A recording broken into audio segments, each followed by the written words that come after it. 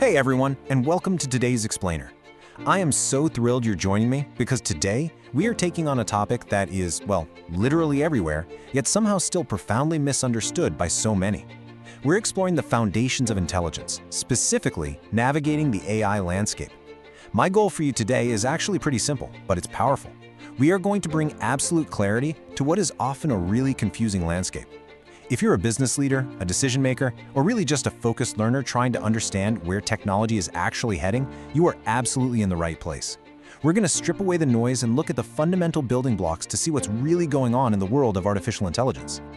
So I want you to ask yourself honestly, are you confusing basic automation with true artificial intelligence? This is the very first concept we need to tackle because, honestly, it's a massive roadblock for so many organizations right now.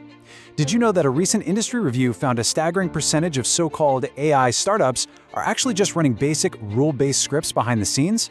We see leaders everywhere proudly announcing their brand new artificial intelligence initiatives when in reality all they've done is set up some basic automation. They mistake a pre-programmed script running on autopilot for a system that can actually learn and adapt.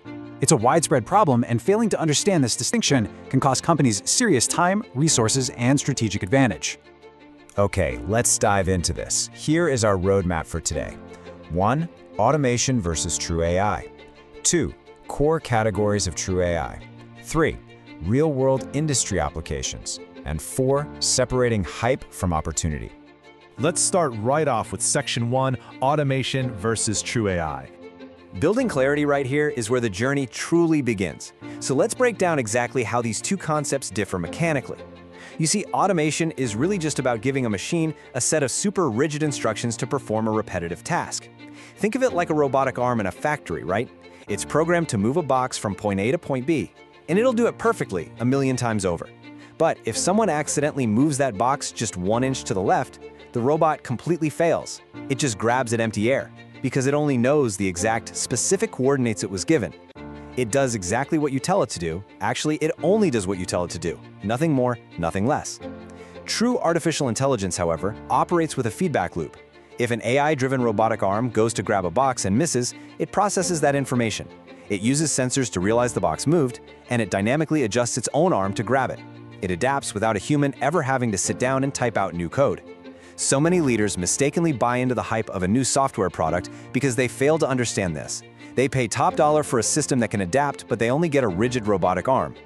Moving on to Section 2, Core categories of True AI. So once we've stripped away that basic automation, we are left with actual intelligence. But what does that look like under the hood? Well, the first essential pillar we need to define is machine learning. It's a term thrown around constantly in boardrooms these days, but let's bust the jargon right here.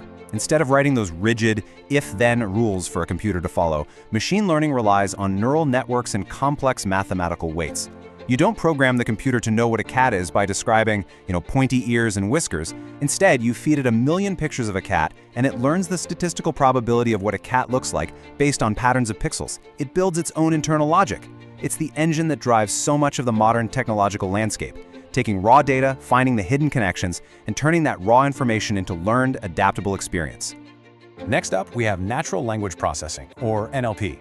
And this brilliantly illustrates the sheer breadth of what we're dealing with. If machine learning is mostly about patterns and numbers, natural language processing is all about communication. But here's the kicker. NLP doesn't just read words like a dictionary. It actually tokenizes language, breaking sentences down into mathematical representations to understand context, sentiment, and intent. For example, through what are called contextual embeddings, an advanced NLP model inherently understands the vast difference between the phrase "I'm feeling blue" and "the car is blue." It maps the distance between these concepts in a high-dimensional space. This is exactly what makes it possible for us to interface with technology with our own messy, nuanced human words rather than strict code. And it's for sure why modern chatbots have become so incredibly convincing. All right, jumping to Section 3, Real-world industry applications. We're moving away from abstract definitions now and looking at concrete applications where these technologies are put to work at a massive scale. First, think about the company Grab optimizing their ride-hailing logistics over in Southeast Asia. They aren't just looking at digital maps. Their machine learning models are predictive. By analyzing literally millions of historical data points, their system can predict a massive demand spike in a specific neighborhood before a rainstorm even hits, based purely on dropping barometric pressure in historical weather patterns. They preemptively route drivers to those exact zones before the very first drop of rain even falls. That is true AI. Now consider Chinese e-commerce platforms deploying AI for personalized shopping. This isn't your basic script saying, "Oh, if you bought a shirt, show them a pair of pants." No way. They are using complex collaborative filtering. The AI maps your specific micro-behaviors, like how long you hovered over an image or what you scrolled past, against millions of other users in real time. It calculates a multi-dimensional profile to show you the one item you didn't even know you wanted, but statistically you are highly likely to buy. These aren't just concepts, folks. These are powerful, predictive engines operating at scale.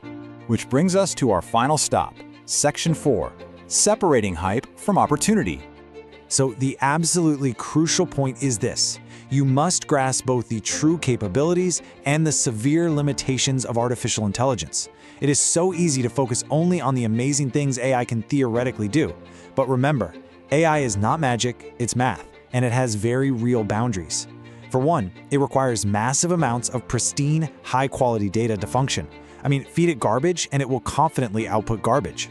Secondly, AI lacks genuine human common sense. If it encounters a bizarre edge case it hasn't been explicitly trained on, it often breaks down entirely rather than improvising. And finally, AI is prone to hallucinations, which means it can confidently present highly probable yet completely false information as absolute fact. If you don't understand these boundaries, you are completely blind to the risks of implementing them in your business. But here's the upside. When you understand both those incredible capabilities and those firm limitations, you unlock a strategic superpower. The ability to instantly distinguish between empty hype and practical opportunity. When a software vendor tries to sell you a magical neural network that, upon closer inspection, is really just a basic macro wrapped in a nice interface, that is empty hype.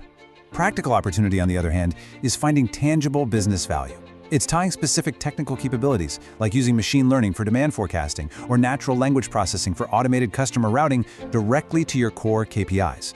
This is exactly why we study the foundations. It is the only reliable way to filter out the noise and find the real value. So as you go back to your teams, your strategies, and your roadmaps, I want you to ask yourself, in your next project, are you investing in hype or practical opportunity? Thank you so much for joining me on this explainer. Keep learning, stay focused, and I will see you next time.